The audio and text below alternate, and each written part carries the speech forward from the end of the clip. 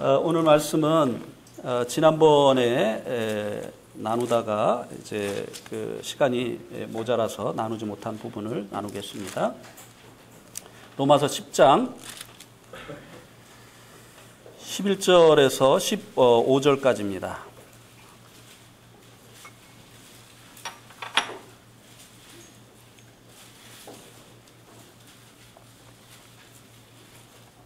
교독을 다시 한번 하고요. 15절은 같이 읽겠습니다.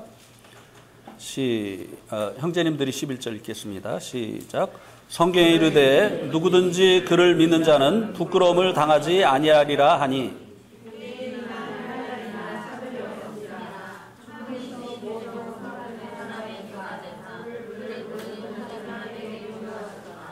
누구든지 주의 이름을 부르는 자는 구원을 받으리라.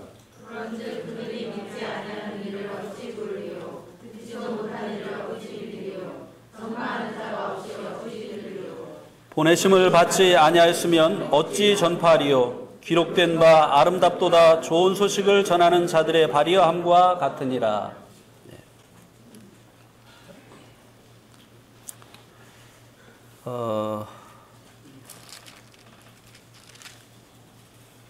로마서 8장까지는 이제 복음이 무엇인가에 대해서 기록이 되어 있습니다.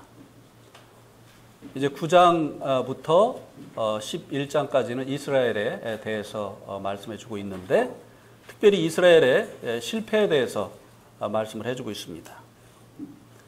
이스라엘의 실패의 원인이 9장 32절에 나와 있습니다.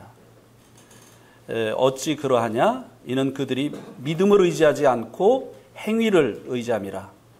부딪힐 돌에 부딪혔느니라.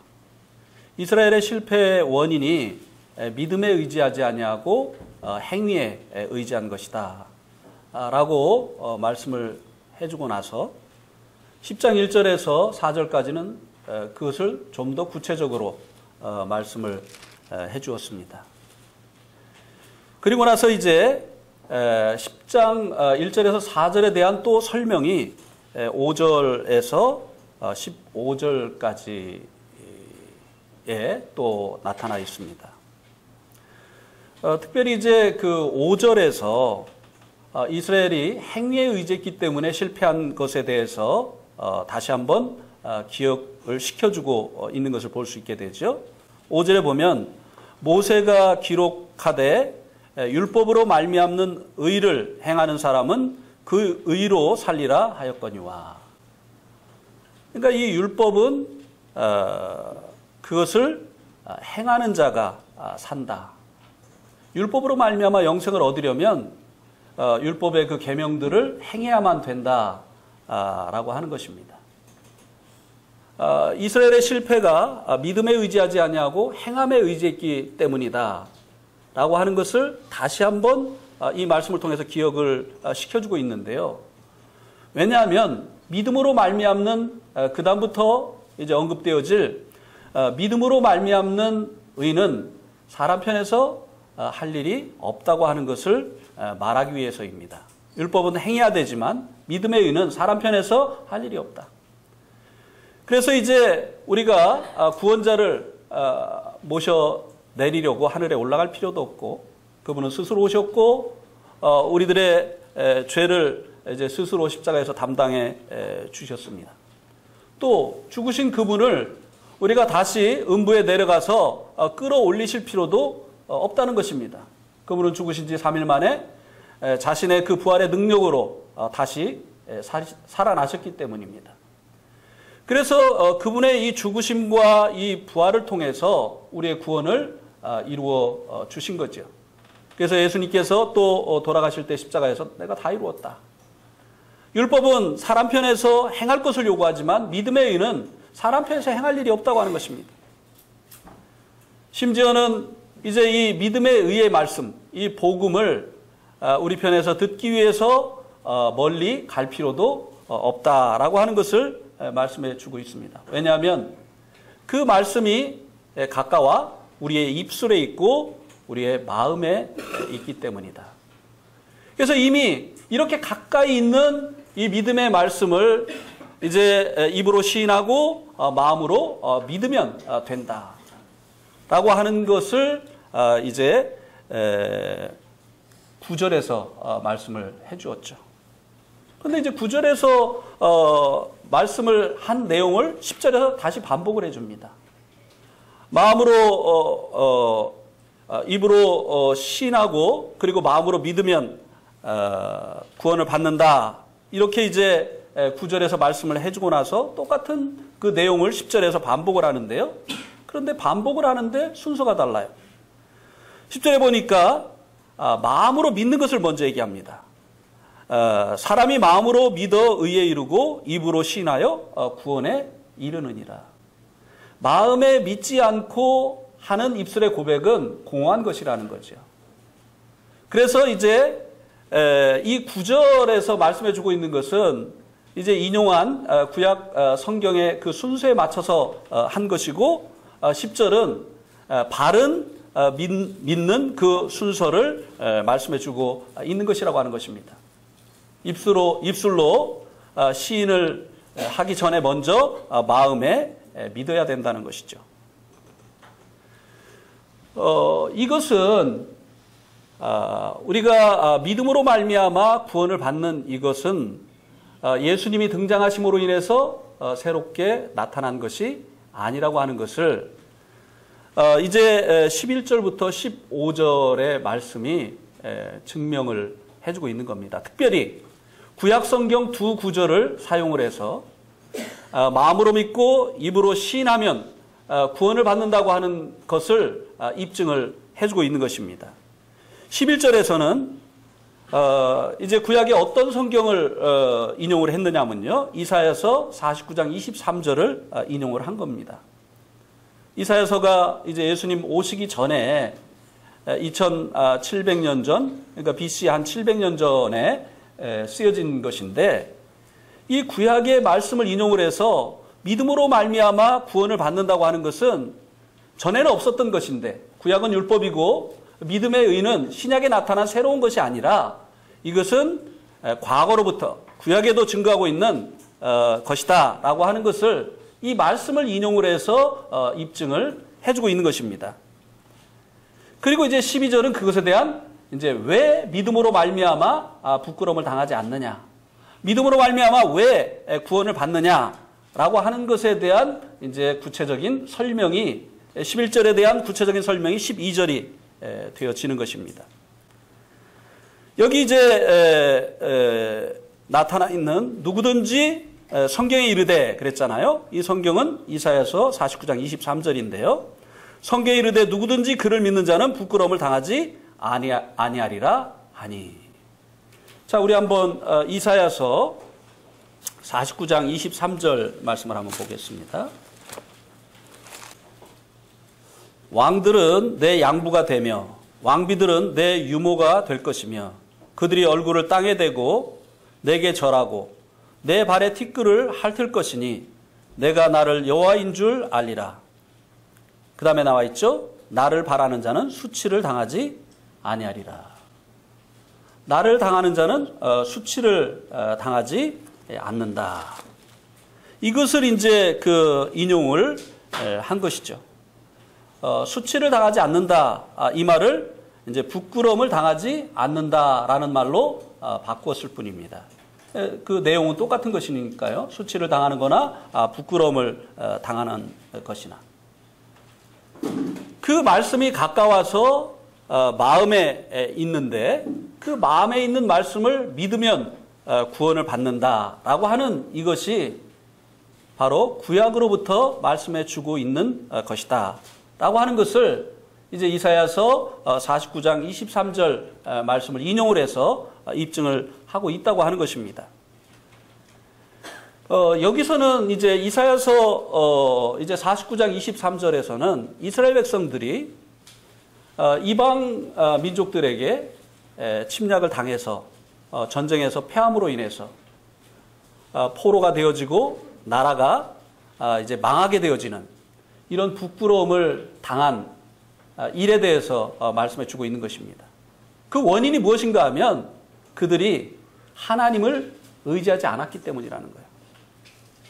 하나님이 그들의 산성이시고 그들의 방패이시고 그들의 힘과 능력이 되시는데 자기들의 그 군대가 강하기 때문에 또 나라가 부유해졌기 때문에 이 이방인들과의 그 싸움에서 자기들이 승리한다고 생각을 했기 때문에 하나님께서 그들과 함께 하시지 않은 것이 패배의 원인이었다고 하는 것입니다.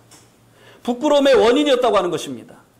그래서 하나님을 의지하는 자들은 부끄러움을 당하지 않는다. 이스라엘의 부끄러움을 당한 이 패배를 당해서 포로가 되어지고 그리고 나라가 망하게 되어진 이와 같은 그 원인이 바로 하나님을 의지하지 않았기 때문이다.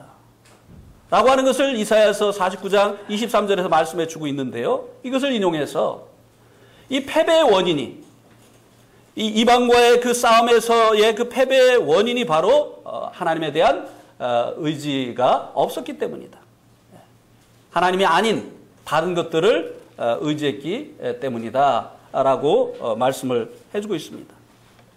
그러나 하나님을 의지하게 되어지면 그들이 비록 이제 적을지라도 그들이 가난할지라도 그들은 이방과의 싸움에서 승리했습니다. 다윗도 그랬죠. 다윗이 이제 기름 부음을 받고 나자 이제 현 왕인 사울의 마음속에 다윗에 대한 이제 시기심과 적개심이 일어났어요. 내가 왕인데 또 하나님께서 왕을 세우시다니. 그래서 이 다윗을 제거하려고 하는 수없이 많은 시도와 노력을 했습니다. 그러나 결국은 성공하지 못했죠. 다윗이 이겼습니다. 이 사울과의 싸움에서 다윗이 승리를 했어요. 그리고 다윗이 뭐라고 고백을 했느냐면요. 우리 한번 성경을 좀 찾아보면요. 사무엘하 22장 30절을 한번 보겠습니다. 사무엘하 22장 30절. 1절을 먼저 읽고 30절을 읽는 게 좋겠네요. 22장 1절. 시작. 여호와께서 다윗을 모든 원수의 손과 사울의 손에서 구원하신 그날에 다윗이 이 노래의 말씀으로 여호와께 아뢰되. 다윗이 여기 보니까 모든 원수의 손과 사울의 손에서 구원하신 그날에 부른 노래라고 하는 것입니다. 그 중에 이제 한 구절이 30절인데요. 30절 같이 읽어보겠습니다. 시작. 내가 주를 의뢰하고 적진으로 달리며 내 하나님을 의지하고 성벽을 뛰어넘나이다. 그가 이제 적진으로 달려가고 그리고 이제 성벽을 뛰어넘는 이런 전쟁을 치루었고 이 전쟁에서 결국은 승리를 하게 됐는데 모든 대적과 이 사울과의 이 싸움에서 승리하게 되어졌는데 그 승리의 그 원인이 무엇이라고 말씀해 주고 있습니까? 하나님을 의지한 것이라는 거예요. 그가 이제 자신을 의지하지 아니하고 또 자신과 함께하는 사람들을 의지하지 아니하고 그가 철저히 하나님을 의지해서 적진으로 뛰어들어가고 그랬잖아요. 골리앗과의 싸움에서도 하나님을 의지해서 나갔잖아요. 그런 모든 싸움에서 하나님을 의지해서 적진으로 뛰어갔습니다. 그리고 그 성벽을 넘었어요. 그래서 이 다윗의 그 승리는요. 하나님에 대한 믿음으로 말미암은 결과였다고 하는 것입니다. 이 다윗과 이스라엘도 마찬가지예요. 우리 한번 예레미야 48장 13절 한번 보겠습니다. 예레미야 48장 13절 같이 한번 또 읽어보겠습니다. 예레미야 48장 13절 시작. 이스라엘 집이 베델을 의지함으로 수치를 당한 것 같이 모압이 그못으로 말미암아 수치를 당하리로다. 이 모압이 이제 부끄러움을 당할 것에 대해서 얘기해 주는데 이스라엘도 수치를 당한 원인이 뭐라고 말씀해 주고 있습니까? 하나님을 의지하지 않냐고 베델을 의지했다는 거예요. 그 나라가 강하니까 그 나라의 그 신이 그들을 도와주나 보다. 우리가 의지하는 하나님보다 그 나라가 우리를 이기는 거 보니까 그 나라의 신이 더 강한가 보다. 그래서 여호와를 버리고 이 베델의 그 신상을 제단을 두려웠죠. 이스라엘의 실패가 하나님을 의지하지 않은 것이라고 하는 것입니다. 이스라엘이 또 예레미야 2장 13절 말씀에 보면은 내 백성이 두 가지 악을 행하였는데 생수의 근원되는 나를 버린 것과 스스로 웅덩이를 판 것인데 이것은 물을 저축지 못한 터질 웅덩이다. 이스라엘이 행한 이 두 가지 악이 첫 번째는 하나님을 버린 것이라는 거예요. 두 번째는 터진 웅덩이를 판 것이라고 하는 것입니다. 이스라엘이 왜 하나님을 버렸을까요? 그 앞에 말씀에 보면 어떤 말씀이 나오느냐면 이 두로와 시돈의 그 강성함에 대해서 나옵니다. 이 두로와 시돈은 역사 속에 페니키아라고 하는 나라를 이야기합니다. 이 페니키아는 지금의 레바논이죠. 나라는 굉장히 작아요. 그런데 이 페니키아 시대 때 이 해상 무역을 통해서 굉장히 강한 나라를 만들었어요. 그래서 지중해 연안에 많은 이 식민지를 섬과 그 해변에 많은 식민지를 만들어 내었습니다. 그러니까 이스라엘이 보니까 이 나라도 조그맣고 그런데 자기들보다 더 강하단 말이에요. 자기들보다 잘 산단 말이에요. 그러니까 우리의 여호와 하나님보다 이스라엘 두로와 시돈이 섬기는 바알신이 더 강한가 보다.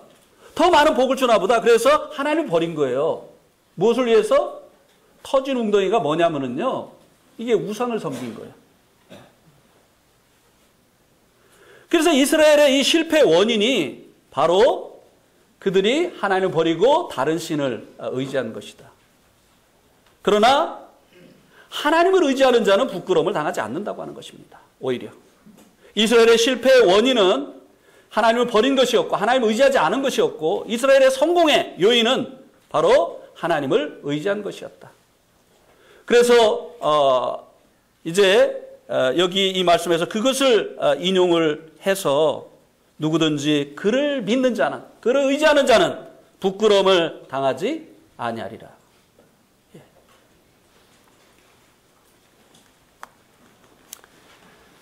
무엇보다 가장 큰 사실 수치는 죄로 인한 수치죠. 사람들이 죄를 짓고 죄는 이 부끄러운 것이기 때문에 죄를 질 때는 어둠 속에서 행하게 되죠. 그죠? 요즘은 사람들의 마음이 강팍해져서 드러내놓고 대낮에 이제 도둑질도 하고 강도짓도 하고 남을 해코지 하는 이런 일도 하지만 그러나 이 죄는 그 죄를 짓는 사람의 마음속에 수치심을 일으키는 것입니다. 그래서 자기가 범죄한 것이 드러나고 잡혀서 이제 재판을 받으러 가게 될 때 그 죄로 인한 수치심으로 인해서 어떻게 하죠? 마스크를 쓰고 말이죠. 또 막 모자를 눌러 쓰고 그것도 없으면 어떻게 해요? 웃옷을 막 그냥 이렇게 해가지고 죄로 인한 그 수치심이 그렇게 하게 만드는 것이죠. 그런데 주님을 믿는 자들은 이런 부끄러움, 이런 수치를 당하지 않는다고 하는 것입니다. 아담이 범죄한 후에 하나님께서 아담이 범죄한 후에 한 일이 무엇입니까? 아담이 범죄한 후에 한 일이 뭐죠? 무화과 나물 잎을 엮어서 치마를 해서 어떻게 했다고요? 가리웠다고 했어요. 왜요? 그 부끄러움을 가리려고 했던 거예요. 근데 하나님께서 그 아담을 불렀을 때 아담이 뭐라고 대답했습니까? 내가 벗었으므로 두려워하여 숨었나이다. 사람의 이 노력과 방법으로는요, 죄의 수치를 해결할 수가 없다는 것이에요. 그런데 하나님께서 그 아담과 하와를 위해서 어떤 일을 하셨습니까? 가죽옷을 지어 입히셨어요. 사람의 그 노력으로는 이 죄로 인한 수치를 해결할 수 없었지만 하나님의 수고를 통해서 이 사람의 죄로 인한 이 수치가 해결이 된 것이죠. 그래서 주님을 믿는 자들은 부끄러움을 당하지 않는다라고 말씀을 해주고 있습니다. 아담과 하와를 위해서 이제 짐승을 죽이고 그리고 그 가죽을 벗겨내서 그들에게 입히시는 이런 수고를 하나님께서 하신 그 결과로 인해서 그들이 그 죄로 인한 수치로부터 벗어나게 되어진 것처럼 우리 예수님을 십자가에 달아주시고, 그리고 예수님을 믿는 자들을 예수 그리스도로 옷 입혀주심으로 인해서 우리들을 그 죄의 수치로부터 하나님께서 이제 벗어날 수 있도록 그렇게 해주시는 것입니다. 갈라디아서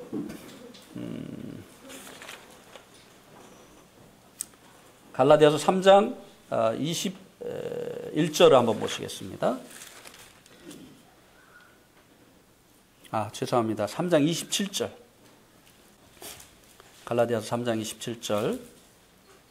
누구든지 그리스도와 합하기 위하여 세례를 받은 자는 그리스도로 옷 입었느니라. 이제 이 침례는 이제 두 가지죠. 하나는 우주적인 교회로 우리를 연합시켜주는 성령 침례. 그리고 지역교회로 연합시켜주는 이제 우리가 물에서 받는 이 수침례. 이 두 가지죠. 그래서 이 수침례는요, 성령 침례를 받은 자들이 받는 거예요. 이 성령님으로 말미암아 이 주님의 몸된 교회 가운데 연합되어진 자들, 그들이 이 지역교회에 영접되기 위해서 이 침례를 받는 것이죠. 이 침례는요, 지역교회로 영접을 하는 의식입니다. 그가 이제 하나님의 주님의 몸인 이 교회 가운데 이제 지체가 되어졌다라고 하는 이것을 수침례를 통해서 확인을 시켜주는 것이죠. 그러니까 성령님이 우리가 믿을 때 이제 구원의 복음을 듣고 믿을 때 약속의 성령으로 인침을 받는다고 했잖아요. 그러니까 그때 우리가 이제 주님의 몸으로 연합되어지는 것이죠. 우리가 믿을 때. 그래서 우리가 이제 이 믿을 때 바로 하나님께서 우리를 그리스도로 옷 입혀 주신다는 것입니다. 그리스도로 옷 입지 아니한 사람들은 그 죄인인 그 상태로, 그 부끄러운 그 상태로 이제 벗겨진 벌거벗은 자기의 그 모습 그대로 하나님 앞에 서야 되기 때문에 부끄러운 것이죠. 그러나 하나님께서 예수 그리스도로 말미암아 이제 주님을 믿는 자들을 옷 입혀 주셨기 때문에 이제 자신의 그 죄로 인한 부끄러움과 수치를 당하지 않게 되어진다고 하는 것입니다. 묻지도 않을 것이죠. 왜냐하면 그 죄에 대한 값이 이미 우리 주님을 통해서 다 치러졌기 때문에 하나님께서 이중과세 안 하세요. 이미 받아낸 그 세금을 또 내라고 하면 이중과세잖아요. 우리 죄에 대한 값을 예수님께서 치루어 주셨는데 하나님께서 그것을 또 물으신다고 한다면 그 이중과세잖아요.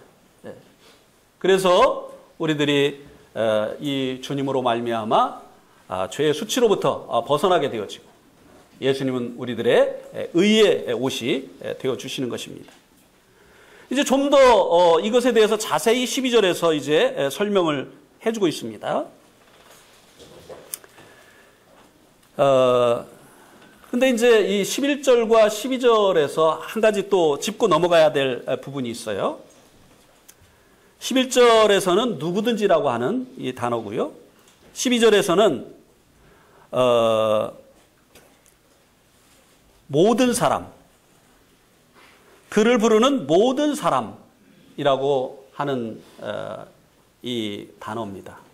누구든지, 그리고 그의 이름을 부르는 모든 사람.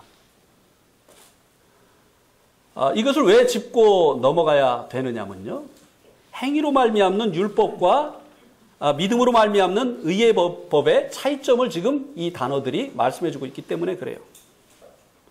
율법은요, 하나님께서 유대인들로 제한을 하셨어요. 이스라엘 사람들로 제한을 하셨습니다. 그러나 이 믿음의 법은요, 제한이 없어요. 누구든지예요. 모든 사람이에요. 모든 사람에게 기회가 주어졌어요. 주님을 믿고 의롭다함을 얻을 수 있는 것은 모든 사람에게 기회가 있다는 것입니다. 그러나 율법은 하나님께서 이스라엘 사람들로 제한을 하셨어요. 하나님께서 이제 이스라엘 백성들을 애굽에서 건져내시어서 이제 이 율법을 위해서 이스라엘 백성들을 택하셨습니다. 왜 이스라엘 백성들에게만 하나님께서 율법을 주셨을까요? 하나님께서 이 율법을 이스라엘 백성들에게 주시어서 사람이 그 행위로는 의롭다함을 받을 수 없다고 하는 사실을 모든 사람에게 알게 하시려고. 이스라엘은 인류의 대표로 선택을 받은 겁니다. 율법으로는 사람이 율법의 행위로는 하나님 앞에 의롭다함을 얻을 수 없다고 하는 사실을 온 천하에 드러내시려고 이를 위해서 이스라엘 백성들이 하나님께 선택을 받은 거예요. 다른 사람들에게 다 율법을 줄 필요가 없었던 것이에요. 자, 우리나라 그 축구 대표팀이 이제 그 다른 나라 축구 대표팀하고 시합을 하잖아요. 그죠? 그래, 뭐 우리는 앉아가지고 저거 되게 못한다. 뭐 그냥 저거 왜 안 빼? 왜 저 선수를 보냈어? 뭐 그래고 막 난리를 치면서 보잖아요. 근데 그렇게 할 게 아니에요. 왜냐하면요, 축구 좀 한다는 기자가 K리그, 3부 리그, 3부 리그 팀들 선수들하고 한번 축구를 해봤대요. 그 사람이 그 3부 리그 선수들하고 축구를 해보고 한 말이 뭐냐면은, 내가 볼 때 그들은 축구 귀신이다. 축구 귀신처럼 느껴졌다는 거예요. 그러면은 3부 리그 사람들이 자기가 볼 때 자기도 축구를 좀 하는데 옛날에 좀 해가지고 3부 리그 사람들이 귀신이면 2부 리그 사람들은 어떻겠습니까? 그러면은 1부 리그 사람들은 어떻게 했어요? 증조 할아버지지, 귀신. 근데 그 K리그에서도 국가대표에 몇 명 못 뽑혀요. K리그에서 뛰는 선수들보다 국가대표에 뽑히는 선수들을 보면은 유럽에 진출한 영국의 프리미어 리그라든지 아니면 독일의 분데스리가라든지 뭐 이런 데서 뛰는 사람들이 주로 국가대표로 뽑힌단 말이죠. 그런 사람들이에요. 그런 사람들하고 우리 축구하면요, 우리 11명하고 그 사람 한 사람 해도 안 돼요. 안 돼. 제가 경험했어요. 그렇게 잘하는 사람이 하는 거예요. 대표. 그러니까 그 사람들이 졌으면요, 우리는 해볼 것도 없어요. 그죠? 그 사람들이 게임을 해서 졌으면요, 우리도 뭐예요? 진 거예요. 하나님께서 이스라엘을 이 율법을 통해서 테스트, 사람이 행위를 통해서 의롭다함을 얻을 수 있는가 없는가를 테스트 해보셨어요. 이스라엘이 성공했습니까? 못했습니까? 못했어요. 율법의 그 행위로 말미암아 그들이 하나님 앞에 의롭다함을 얻지 못했습니다. 이것을 위해서 하나님께서 이스라엘 백성들을 택하신 거예요. 그러니까 이스라엘을 택하셨으면, 율법을 위해서 이스라엘을 택해서 시험을 하셨으면 됐지, 모든 인류에게 이것을 테스트해 볼 필요가 뭐가 있느냐는 거예요. 좋지도 않은 거. 네? 율법의 행위 아래 있는 자들은 저주 아래 있다고 했잖아요. 모든 자들에게 이 율법을 하나님께서 주셨다고 한다면 하나님께서는 우리가 저주받기를 원하시는 분이 되어지는 거예요. 근데 하나님의 계획은 이 율법을 통해서는 안 된다는 것을 깨닫게 하셔서 사람들로 말미암아 이제 나에게 정말 구원자가 필요하구나. 아시겠죠? 율법을 그 이스라엘로 제한하신 이유를, 이게 하나님의 은혜예요, 사실은. 예. 율법을 왜 우리에게는 안 주시고 이스라엘만 주셨느냐? 하나님 차별하신 거 아니냐? 아니에요. 우리를 사랑하신 거예요. 우리 한국 사람을 택하셔서 율법 주셨다면 우리 고생했을 거 아니에요. 예? 율법 지키느라고 그냥 애쓰다가 율법 못 지켜서 맨날 그냥 벌 받고 이렇게 했을 거 아닙니까? 예. 이스라엘은 시험용이었어요. 근데 이 대표로 이 시험용이 실패했단 말이에요. 우리가 그것을 보면서 사람이 율법의 행위로는 되지 않는구나 하는 것을 깨달아야 되는 거예요. 그런데 이스라엘이 실패했으니까 나는 할 수 있어. 이런 사람들이 있다니까요. 나는 양식껏 살아왔어. 뭐 이런 사람들. 그런 사람들 할 수 없어요. 한번 해보라고 하는 수밖에. 예. 그런데 이제 이것에 비해서 이제 믿음으로 말미암아 의롭다함을 얻는 것은 제한이 없어요. 예. 모든 사람, 누구든지. 예. 이게 하나님의 은혜지요. 예. 하나님께서 사람 편에서 할 일이 없이 그 아들을 통해서 다 이루신 이 구원, 그리고 그분을 구원자로 믿음으로 말미암아 의롭다함을 얻는, 구원을 얻는 이 일에는 하나님께서 제한을 두지 않았어요. 물론 이스라엘도 여기에 포함이 되죠. 이스라엘도 이제 행위를 의지하지 아니하고 예수님을 믿으면 구원받는 겁니다. 예. 그가 어떠한 사람이라 할지라도 교회를 다녔든지 안 다녔든지, 그가 어떠한 삶을 살았든지, 그가 어떤 출신 성분을 가지고 있든지 상관없어요. 누구든지 예수를 믿으면 의롭다함을 얻을 수 있도록, 구원받을 수 있도록 하나님께서 여기에 대해서는 제한을 하지 않으셨다고 하는 것입니다. 여기에 하나님의 놀라운 은혜가 담겨져 있는 것입니다. 자, 주님을 믿는 자는 부끄러움을 당하지 않는다고 했어요. 구원을 받는다는 것이죠. 의롭다함을 얻는다는 것이죠. 이것에 대한 이제 그 설명을 12절에서 더 자세히 해주고 있습니다. 자, 12절에 보면은 유대인이나 헬라인이나 차별이 없습니다. 한 분이신 주께서 모든 사람의 주가 되사 그를 부르는 모든 사람에게 부요하시도다. 유대인이나 헬라인에게 차별이 없다고 하는 것은 이미 설명이 됐기 때문에 이제 말씀을 안 드리고요. 왜 주님을 믿는 자들이 부끄러움을 당하지 않느냐? 그것에 대한 설명이 마지막 부분에 나와 있는 겁니다. 그를 부르는 모든 사람에게 하나님께서 어떻게 하시기 때문에? 부요하시기 때문에. 주님을 부르는, 그러니까 이제 주님을 믿는 이 모든 사람에게 우리 하나님께서 부요한 분이시기 때문에 주님을 믿는 자들이, 주님의 이름을 부르는 자들이, 믿고 부르는 자들이 부끄러움을 당하지 않는다고 하는 것입니다. 주님이 얼마나 우리의 구원을 위해서 부요한 분이 되셨습니까? 하나님께서 우리의 구원을 위해서 우리가 죄로 말미암아 부끄러움을 당하지 않게 하시려고 하나님께서 얼마나 부요한 분이 되셨느냐고 하는 것이에요.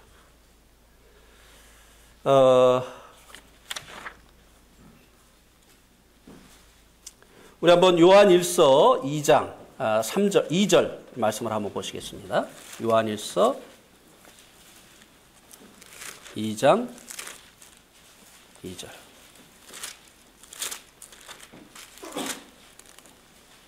우리 한번 같이 읽겠습니다. 요한일서 2장 2절.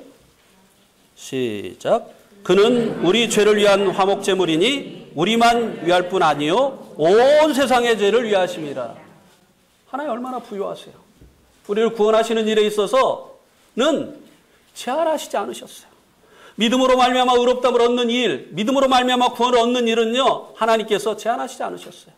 이것을 위해서 아들을 통해서 우리를 대속하시는 일을 하셨는데, 주님은 우리들의 이 화목제물이 되셨는데, 우리들, 그러니까 이제 먼저 믿은 사람들, 그 믿은 사람들만 위할 뿐이 아니라 온 세상을 위하십니다. 온 세상보다 온 세상 밖에 만약에 사람들이 있을 수가 없지만 있다고 한다면 그들을 위해서라고 하는 것입니다. 하나님 얼마나 부유하세요. 율법은 제한적이지만 이 믿음의 의는 제한이 없어요. 예수님의 그 보혈의 능력은요, 모든 사람들의 그 죄를 다 감당하고도 남음이 있다고 하는 것입니다. 주님의 죽으심은요, 모든 사람을 위한 것이다 라고 하는 것입니다. 얼마나 하나님의 이 부요하심이 넉넉하고 풍성하냐고 하는 것이에요.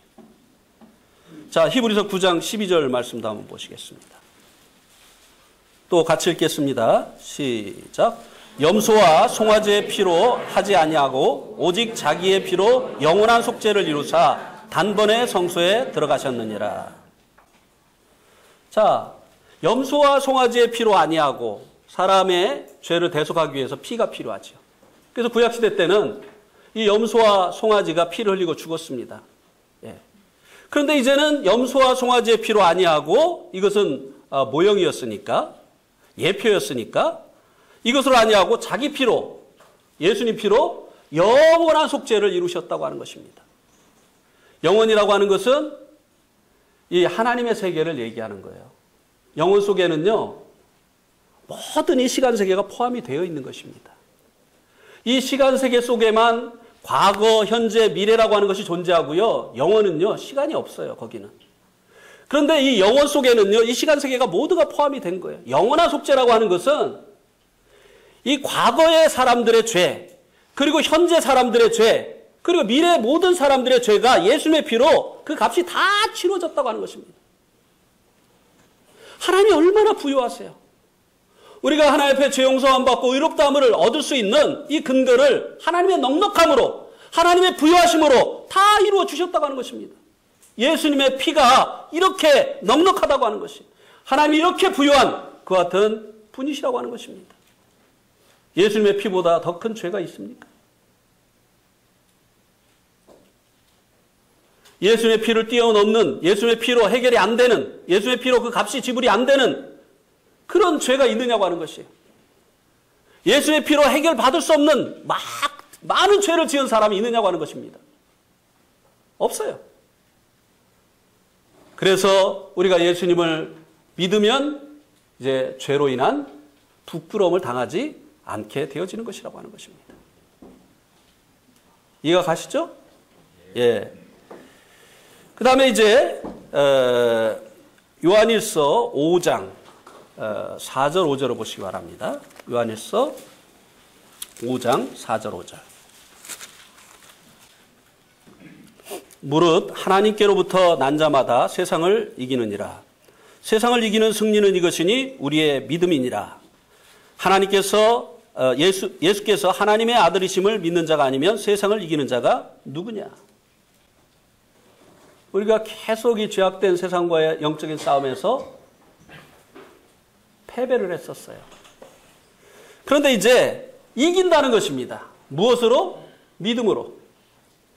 그래서 주님을 믿는 자들은요, 이제 죄의 형벌로부터도 이제 구원을 받지만, 그것으로 인한 부끄러움을 당하지 않지만, 죄의 세력으로부터도 이제 그 싸움에서, 죄의 세력과의 그 싸움에서 실패함으로 인해서 죄의 포로가 되어지고 죄에게 끌려다니고 하는 이와 같은 부끄러움으로부터도 건짐을 받는다고 하는 것입니다. 이 영적인 전쟁에서 승리함으로 인해서, 패배함으로 인해서 당하던 그 부끄러움으로부터 이제 벗어나게 되어진다고 하는 것입니다. 하나님의 부요하심이 이를 이루시는 거죠. 주님을 의지하게 되어질 때 주님의 능력으로 이와 같은 일을 경험을 하게 되어지는 것입니다. 로마서 5장 20절 한번 보세요. 같이 한번 읽겠습니다. 로마서 5장 20절 시작. 율법이 들어온 것은 범죄를 더하게 하려 함이라. 그러나 죄가 더한 곳에 은혜가 더욱 넘쳤나니. 자, 이 로마서 5장 12절 이하에서는 우리가 지은 죄들이 아니라 죄를 짓게 하는 세력인 죄에 대해서 말씀해 주고 있다고 제가 여러 번 말씀을 드렸습니다. 그래서 이 로마서 5장 20절을 이렇게 이해하는 경우가 있는데 이것은 잘못 이해하는 것이라고 말씀을 드렸어요. 죄를 많이 지은 사람은 하나님의 은혜를 더 많이 받는다. 그 말씀이 아니라고 말씀을 드렸어요. 네. 그동안 우리가 그렇게 이해를 했었잖아요. 죄가 더한 곳에 하나님의 은혜가 더욱 넘쳤다. 그러니까 죄를 조금 지은 사람보다 죄를 많이 지은 사람이 하나님의 은혜가 더 넘치는 거 아니냐? 그것을 말하는 거다. 아니요. 그것은 3장에서 한 얘기예요. 속죄. 그러나 로마서 5장 12절부터는요. 우리들이 지은 죄들에 대한 얘기가 아니에요. 자꾸 우리 안에 우리의 이 육신 속에 남아서 우리를 자꾸 넘어지게 하고 하나님의 뜻을 거스르게 하고 실패하게 하는 이 죄의 문제에 대해서 말씀을 해주고 있다고 하는 것입니다. 여기 보니까 죄가 더한 곳에는 어떻게 했다고요? 은혜가 더욱 넘쳤다. 이 말의 의미가 뭐냐면요. 죄보다 하나님께서 우리에게 죄를 이 죄와의 싸움에서 승리하게 하기 위해서 주신 은혜가 더 크다고 하는 것입니다. 우리가 어떻게 승리의 삶을 사느냐? 번번이 실패했었던 우리. 선을 행하기를 원하지만 악을 행했던. 그래서 오라 나는 곤고한 사람이로다. 이 사망의 몸에서 누가 나를 건져내랴 하는 이와 같은 이 탄식을 했었던 우리들이 어떻게 이와 같은 삶으로부터 벗어나느냐? 하나님께서 이 죄보다 더 큰 은혜를 베풀어 주셨기 때문이라고 하는 것입니다. 그럼 여기서 말하는 이 은혜가 구체적으로 무엇이냐? 자, 로마서 8장 2절 말씀을 보시기 바랍니다. 로마서 8장 2절.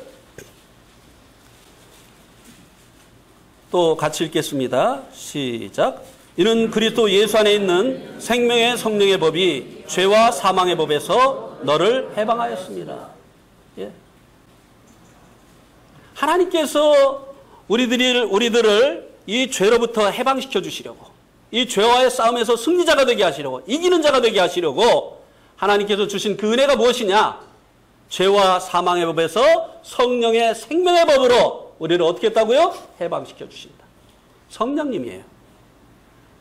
성령님이 오시어서 그분의 능력으로 우리들을 이제 이 죄와 사망의 법으로부터 해방시켜 주시는, 승리하게 하시는 이와 같은 은혜를 경험하게 하신다고 하는 것입니다. 이렇게 하나님께서 우리들의 이 지은 죄들에 대해서, 또 육신 안에서 역사하는 이 죄에 대해서 부유하시기 때문에 우리들이 이 부끄러움을 당하지 않게 된다고 하는 것입니다. 하나님은 정말 부유하신 분이에요. 그래서 우리가 이제 그런 찬송 부르잖아요. 옛날에 많이 불렀는데 요즘은 이거 안 부르죠. 내게 강 같은 평화 어떻게 해요? 넘치네. 부유하니까 넘치네. 모자라지 않고. 항상 뭐가 없어서 그냥 껄탕이었던 우리들의 마음속에 평안이 없어가지고 평안을 구했고, 기쁨이 없어서 기쁨을 구했고 하던 우리들의 마음속에 이제는 내게 강 같은 평화 넘치네. 내게 샘솟는 기쁨 넘치네. 내게 바다 같은 사랑 어떻게 해요? 예. 하나님의 나라는 먹는 것과 마시는 것에 있지 않냐고 성령 안에서 의와 희락과 화평이다. 주님이 영으로 우리 안에 찾아오신 이후에 우리 마음속에 하늘의 기쁨이 넘친다 이 말입니다. 하나님 이렇게 부유하신 분이에요. 하나님 주시는 것은 넘치게 되어 있습니다. 왜냐하면 하나님은 부유하신 분이기 때문에. 그러니까 이거 못 받은 사람들이 불쌍해 보이는 거 아니겠어요? 예수를 믿으면 이것을 얻는데 돈이 그것을 주는 줄 알고, 명예가 그것을 주는 줄 알고, 다른 어디에서 이것을 얻으려고 방하고 있는 그들을 볼 때 우리의 마음속에 긍휼한 마음이 생기는 것이 아닙니까? 예수님 안에 있는데, 예수를 믿으면 넘치는 기쁨을 얻는데, 하나님 부유하신데 왜 그것을 다른 곳에서 찾는 것인가? 자, 우리 한번 이사야서 한번 55장 다시 한번 보시기 바랍니다. 2절을 제가 읽겠습니다. 오호라 너희 모든 목마른 자들아 물로 나오라. 돈 없는 자도 오라. 너희는 와서 사 먹되 돈 없이 값 없이 와서 포도주와 젖을 사라. 너희가 어찌하여 양식 아닌 것을 위하여 은을 달아주며 배부르게 하지 못할 것을 위하여 수고하느냐. 내게 듣고 들을지어다. 그리하면 너희가 좋은 것을 먹으며 너희 자신들이 기름진 것으로 즐거움을 얻으리라. 이거 보니까 목마른 자들아 물로 나오라. 돈 없는 자들아 돈 없는 자도 오라. 너희는 와서 사 먹되 돈 없이 값 없이 와서 포도주와 젖을 사라. 아니 돈이 없는데 어떻게 사요? 네? 돈이 없는데 어떻게 사요? 근데 돈 없이 사라고 했어요. 돈 없는 자도 오라고 했어요. 목마름을 해결해 줄 수 있는 포도주와 젖을 살 돈이 없는 자도 오라고 했어요. 이 포도주와 젖이 무엇입니까? 주님이 우리 안에 오시어서 주시는 이 기쁨과 평안과 이 만족, 이것이 아닙니까? 주 예수 내 마음에 들어와 계신 후 변하여 새 사람들의 물밀든 내 마음에 기쁨이 넘치는 주 예수 내 마음에 오심. 네?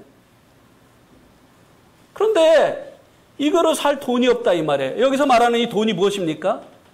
내가 하나님 앞에 이제 행한 일들이 악한 일들 뿐이에요. 선한 일들이 없어요. 하나님 나라를 살 수 있는 선행이 없어요. 이것을 말하는 거죠. 하나님 나라를 살 만한 의가 없어요. 그런데도 그거 없어도 괜찮다는 것입니다. 왜? 하나님 부유하시기 때문에. 하나님 부유하시기 때문에. 그래서 너희가 어찌 양식이 아닌 것을 위하여 은을 달아주며 배부르지 못할 것을 위하여 수고하느냐. 우리의 정말 이 심령을 채워주고 넘치게 하시는 분은 주님이십니다. 너희 목마른 자들아 다 내게로 와서 마셔라. 나를 믿는 자는 그 배에서 생수의 강이 어떻게 한다고요? 흘러 넘친다고 했어요. 그런데 너희는 왜 양식이 아닌 것을 위해서 은을 달아주고 배부르지 못할 것을 위하여 수고하느냐. 돈 많이 벌면 거기서 평안이 올 줄 알고, 거기서 만족이 올 줄 알고, 거기서 기쁨이 올 줄 알고, 주님이 아닌 것들을 위해서 왜 너의 인생을, 이 귀중한 인생을 허비하고 거기에 왜 수고를 하느냐. 내게로 오라는 것입니다. 주님 안에 있다고 하는 것입니다.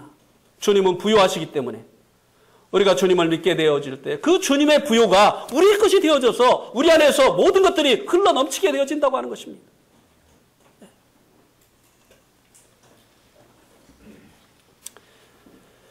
그 다음에 이제 13절에서 15절 말씀에는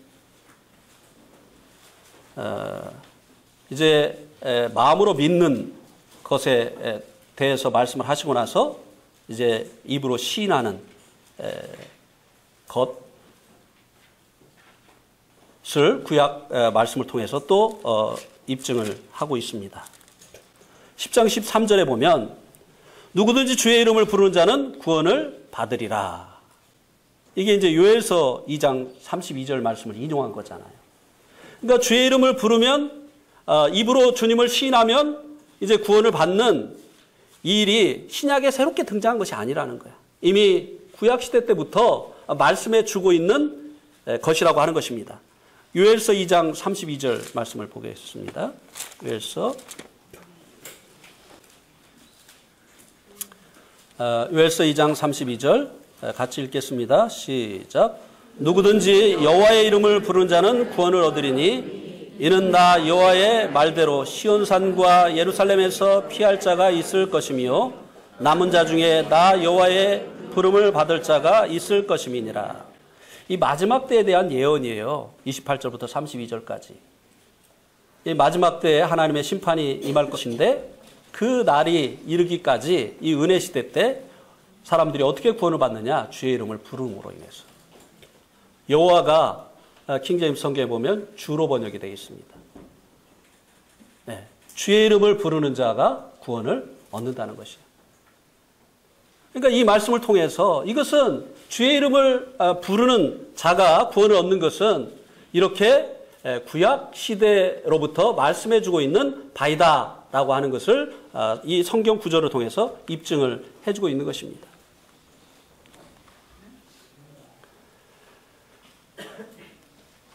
하나님께서요,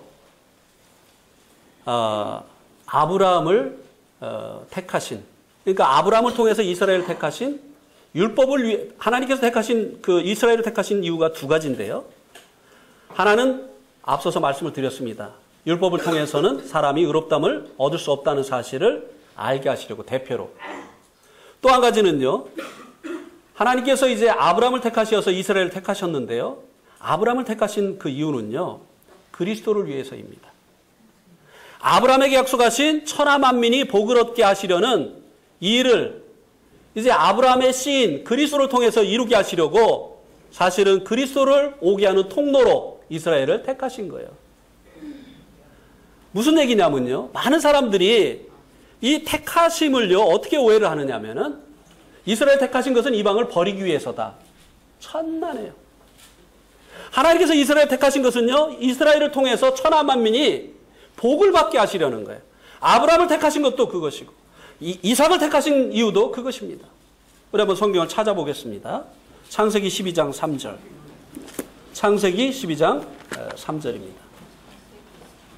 창세기 12장 3절에 보면, 너를 축복하는 자에게는 내가 복을 내리고 너를 저주하는 자에게는 내가 저주하리니 땅의 모든 족속이 너로 말미암아 복을 얻을 것이니라 하신지라.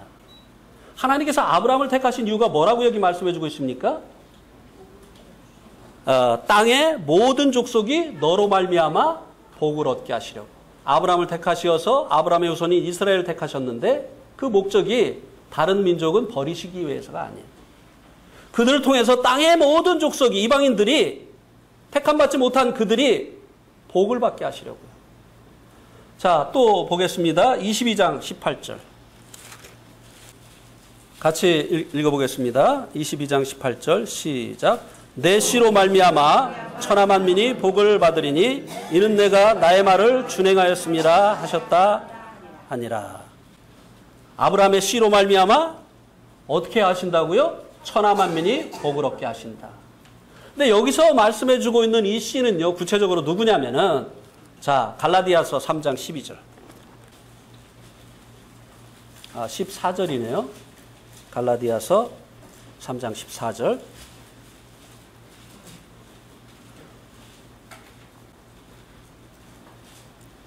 또 같이 읽겠습니다. 시작. 이는 그리스도 예수 안에서 아브라함의 복이 이방인에게 미치게 하고 또 우리로 하여금 믿음으로 말미암아 성령의 약속을 받게 하려 함이라. 이 씨는 구체적으로 누구냐면은 아브라함의 복이 이방인에게 미치게 하고 또 우리로 하여금 믿음으로 말미암아 성령의 약속을 받게 하랍니다. 누구 안에서요? 그리스도 예수 안에서. 그러니까 여기서 말씀한 아브라함의 그 씨는 구체적으로 누구냐면은 예수 그리스도였던 거예요. 이삭을 통해서, 야곱을 통해서, 다윗을 통해서, 요셉을 통해서 이 땅에 오신 예수 그리스도를 통해서, 그 씨를 통해서 하나님께서 약속하신 천하 만민이 복을 얻게 하시는 그 일을 이루시기를 원하셨다고 하는 것입니다. 그러니까 이 택함을요, 선택과 유기로 생각을 해요. 많은 사람들이. 무슨 얘기냐면 한쪽을 택하신 것은 한쪽을 버리시기 위함이다. 이렇게 생각하는데요. 성경은 그렇게 말하고 있지 않아요. 하나님께서 한쪽을 택하신 것은요, 다른 쪽을 복을 주시기 위해서요. 이들이 축복의 통로가 되기 위해서, 다른 이들도 하나님께 이들이 받은 그 복을 나눠 갖게 하기 위해서 하나님께서 택하셨다라고 하는 것입니다. 그래서 이 믿음으로 말미암는 이 의인은요, 누구든지 주의 이름을 부르는 자는 구원을 얻는 것이에요. 예수 그리스도를 이제 자신의 주로 부르는 자들은 구원을 얻게 되어지는 것입니다. 그래서 이제 이 주님의 이름을 부르는 이제 14절에서는 그 과정을 얘기해 주고 있죠. 10장 14절을 보시기 바랍니다. 그런즉 믿지 아니하는 이를 어찌 부르리요. 부르기 위해서 마음에 믿어야 된다는 것이죠. 마음에 믿지 않고 부르는 것은 이것은 헛것입니다. 마음에 믿음도 없이 부르는 것은 그것은 나더러 주여 주여 하는 자마다 다 천국에 들어갈 것이 아니라고 하시는 그 말씀에 해당이 되는 거예요. 예. 그 다음에 믿기 위해서 무엇이 필요하다고 말씀해 주고 있습니까? 들어야 되는 거예요. 예. 믿음은 들음에서 나기 때문에 믿기 위해서 들어야 되는 것이죠. 듣기 위해서는 뭐가 필요합니까? 전파해야 된다는 것이죠. 전파하는 자가 없이 어찌 듣겠느냐.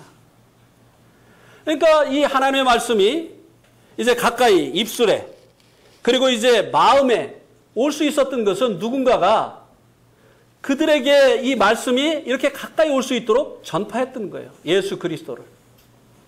예수 그리스도가 구원자이시고 그들의 섬겨야 될 하나님이 되신다고 하는, 그들이 예배해야 될 하나님이 되신다고 하는 사실을 누구가 전파했기 때문에 그 수고를 통해서 그들의 입술과 그들의 마음에 이 복음이 가까이 있게 되어진 것이다 이 말입니다. 전파하는 자가 없이 어찌 듣겠느냐. 듣지 못하면 어찌 믿겠느냐. 믿지 못하면 어떻게 부르겠느냐. 그러니까 이것은 역순으로 되어지는 거죠. 예.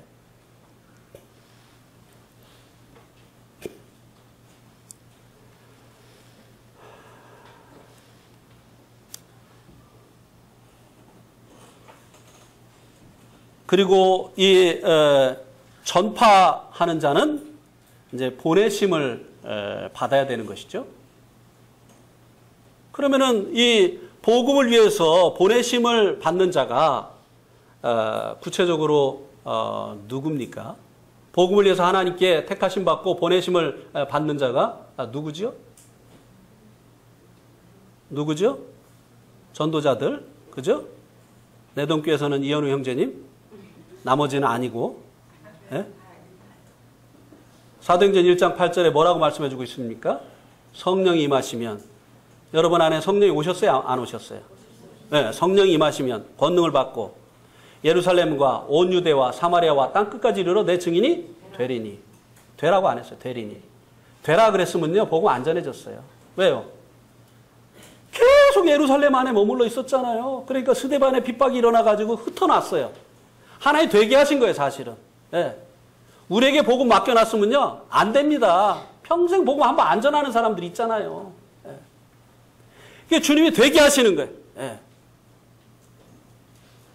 근데 어쨌든, 누가 이 전파하기 위해서 보내심을 받은 자냐? 우리 안에 성령이 오셨다고 한다면, 우리들 모두는 이제 우리의 이웃과 우리의 식구들, 우리의 이웃, 그리고 우리의 나라의 사람에 있는 사람들, 그리고 나라 밖에 있는 사람들, 그리고 저 멀리 있는 땅 끝에 있는 그 사람들에게 대해서 바로 복음을 증거해야 될 책임이 있는 증인들이라고 하는 것입니다. 그런데 이제 이 말씀을 많은 사람들이 어떻게 이해를 하느냐면요. 예루살렘 다 전하고 나면 그 다음에 남는 여력으로 유다, 민족 복음화가 다 되고 나면 우리나라 사람들이 다 믿고 나면 그 다음에 그 남는 여력으로 사마리아, 일본, 가까운 나라. 그 다음에 이제 사마리아까지 이제 복음화가 되면은 그 다음에 어디요? 뭐 중동도 가고 아프리카도 가고 네팔도 가고 이렇게 가는 것이야. 라고 생각을 하니까 복음에 대해서 소외된 사람은 계속 소외되는 거예요. 근데 이 말씀에 어떻게 말씀해 주고 있느냐면요. 예루살렘과 동시에요, 동시. 후가 아니에요. 예루살렘과 유다와 사마리아와 땅끝까지 이르러 동시에입니다. 우리들의 이 복음의 이 전파에 대한 복음 전파의 이 책임이 모든 족속에 대해서 있다고 하는 것입니다. 주님께서 제자들을 보내실 때도 너희는 가서 모든 족속으로 제자를 삼으라고 했어요. 제자들의 마음은 유대밖에 없습니다. 유대인들밖에 없어요. 그래가지고 흩어놨는데도 누구에게만 복음을 전했다고 했습니까? 흩어놨는데도 유대인들에게만 복음을 전했다고 했어요. 주님의 마음 모든 족속이 있는데 이 유대인들의 마음속에는 유대인밖에 없어요. 한국 사람은 얼마나 유대인을 닮았는지 몰라요. 그냥 우리 내동교회. 그냥 우리 한국. 그래가지고요, 선교사들이요, 선교 나가가지고요, 한국 사람들끼리 모여 산다니까. 이해가 안 돼. 현지 교회를 안 해요. 선교사들이 한인교회에서 모여서 맨날 지들끼리 아주 그냥 잘 지낸다니까요. 죄송합니다. 지들이라고 해가지고. 이거 이상 무슨 말을 하겠어요. 지들이지. 아니, 주님이 그 이방 족속에게 복음 전하라고 보내놨는데 왜 한국 사람들끼리 모여가지고 그러고 있느냐 이 말이에요. 보내놨는데도. 유대인들이 흩어놨는데도 이스라엘 사람들에게만 이 복음을 전하려고 했었던 것처럼 한국 사람들도 똑 닮아가지고 그렇게 한다고요. 우리가 우리의 심장을 도려내고 주님의 심장으로 수술을 받아야 돼. 이식 수술을 받아야 돼. 아니면 우리가 이 복음을 위한 이 책임을 감당할 수가 없어요. 우리의 심장은요, 우리밖에 몰라요. 이거는 우리를 위해서만 뜁니다. 근데 주님의 심장은요, 모든 족속이 있는 거예요. 예.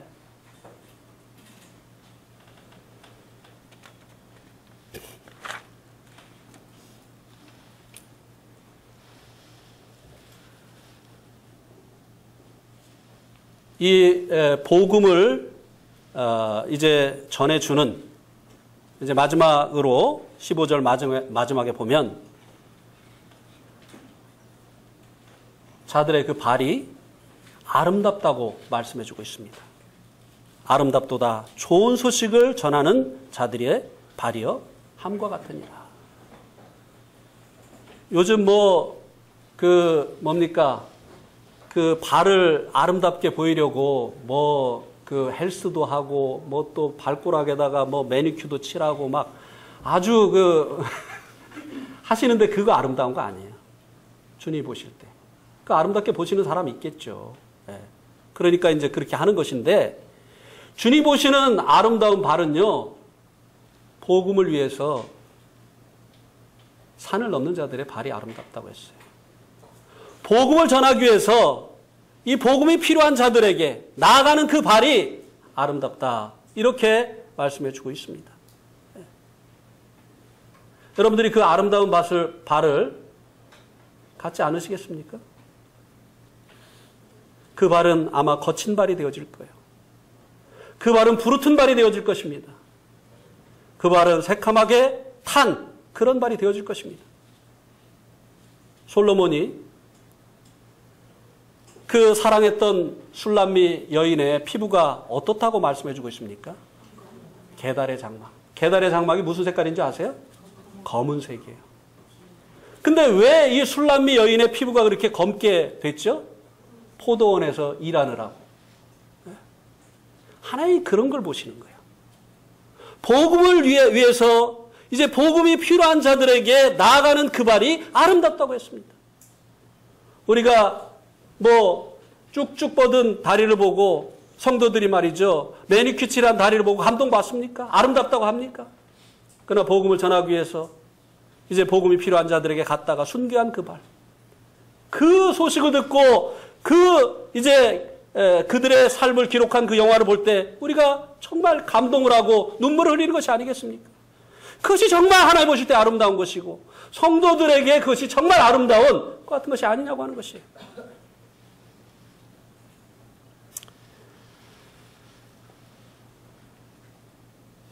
짐 엘리엇이라고 하는 그 형제님을 아시죠?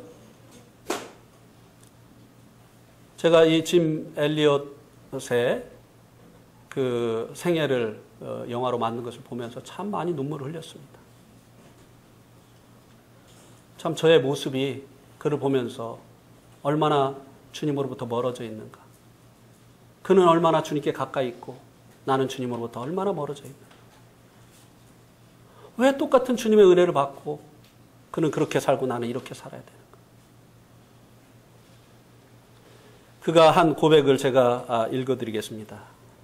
이 짐 엘리엇은 에콰도르의 아우카족을 위해서 선교를 하다가 28세의 나이에 순교를 한 형제입니다.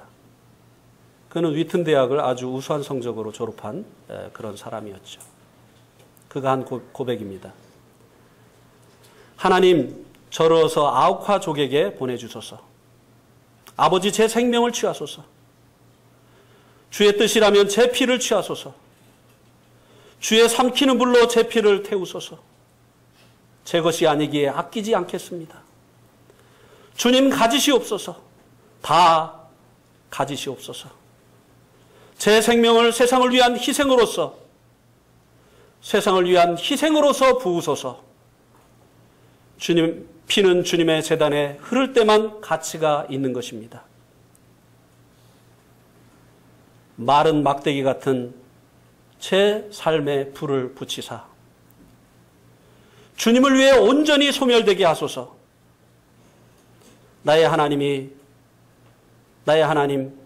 제 삶은 주의 것이오니 다 태워주소서. 저는 오래 사는 것을 원치 않습니다. 다만 주 예수님처럼 꽉 찬 삶을 살기를 원합니다. 이렇게 고백을 하고 그는 아우카족이 사는 지역에 4명의 친구들과 함께 3명의 친구들과 함께 비행을 해서 갔습니다. 그리고 그들이 있는 아우카족의 그 강 모래톱에 그 비행기를 착륙을 시켰습니다. 경비행기를. 그 남편을 보내는 이 엘리엇의 아내 뱃속에는 아이가 있었어요. 근데 이 마지막으로 남편을 보낼 때 이 엘리엇의 아내는 직감을 했다고 합니다. 이것이 이 사람을 보는 마지막이겠구나. 그가 죽기를 각오하고 나아가는 것을 보고 그 아우카족이 외부인의 출입을 허락지 않는 잔인한 족속이라고 하는 것을 알았기 때문에요.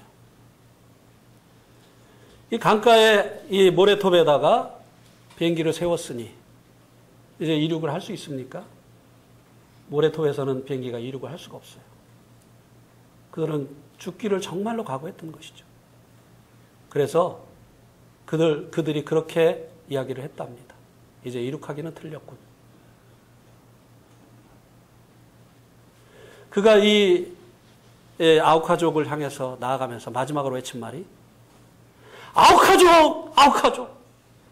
이렇게 두 마디를 외치고 나갔다는 것입니다. 그리고 이 4명의 친구들이 아우카족에 의해서 창에 찔려서 죽임을 당했습니다. 하루를 기다리고 이틀을 기다리고 3일을 기다려도 나타나지 않던 이 사람들이 4일째 나타나서 창으로 이들을 무참하게 살해를 했습니다.